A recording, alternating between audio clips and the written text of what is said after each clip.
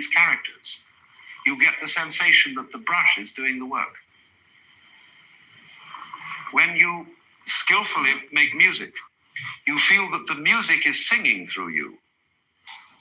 There was an occasion once when a great choir master in England, Sir Walford Davies, was with the former Archbishop of Canterbury, William Temple, who was a great theologian.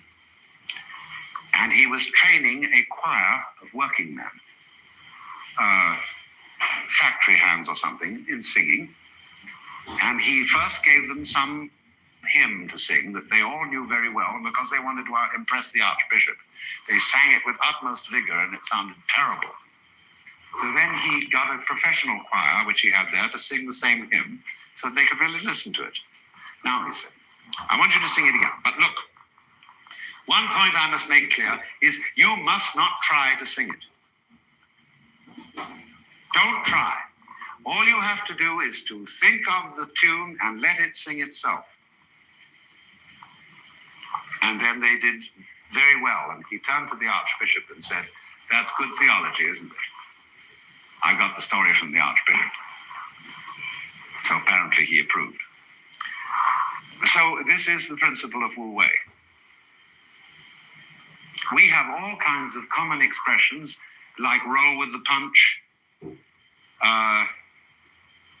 things like that, like Shakespeare saying there is a tide in the affairs of men which taken at its flood leads on to fortune.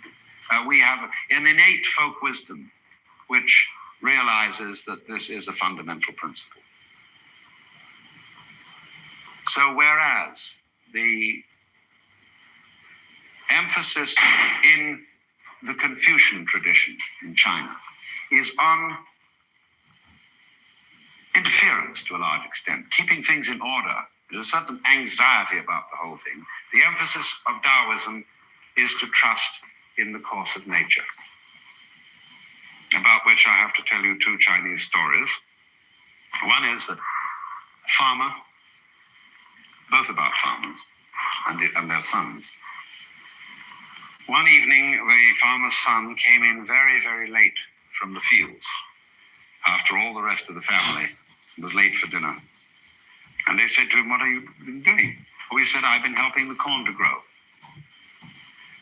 Next morning, when everybody got up, they found that all the corn was dead.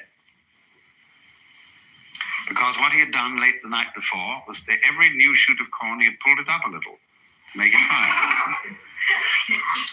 Another story that is told is about a farmer who lost a horse, ran away. And all his friends came round, said, that's too bad. And he said, maybe. The next day, the horse returned, and it brought 7 wild horses with it. And they said, my, that's great. And he said, maybe. The next day, his son, in attempting to train one of these horses, was thrown and broke a leg. And everybody came around and said, oh, that's too bad. And he said, maybe. The next day, the conscription officers came around and rejected his son because he had a broken leg. And everybody came to congratulate and said, isn't that great? And he said, maybe. So you see, the farmer was with the course of things. And he knew it goes this way and it goes that way. It goes up and it goes down. Because if it didn't go down, you would never know you were up. And if you try to be permanently up, or always right, you're trying to arrange everything in this room so that everything is up and nothing is down, or that everything's on the front and there's no back. And that is an impossible state of affairs.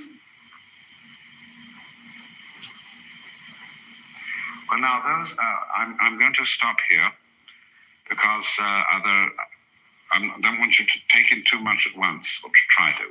Just to rehearse it, we've discussed essentially 3 principles. The one that we can't discuss at all, because that's basic, that's the Tao. The next is the principle of the mutuality, the interdependence of the opposites, that they are different but inseparable. And that goes, of course, for you as self and the world as other.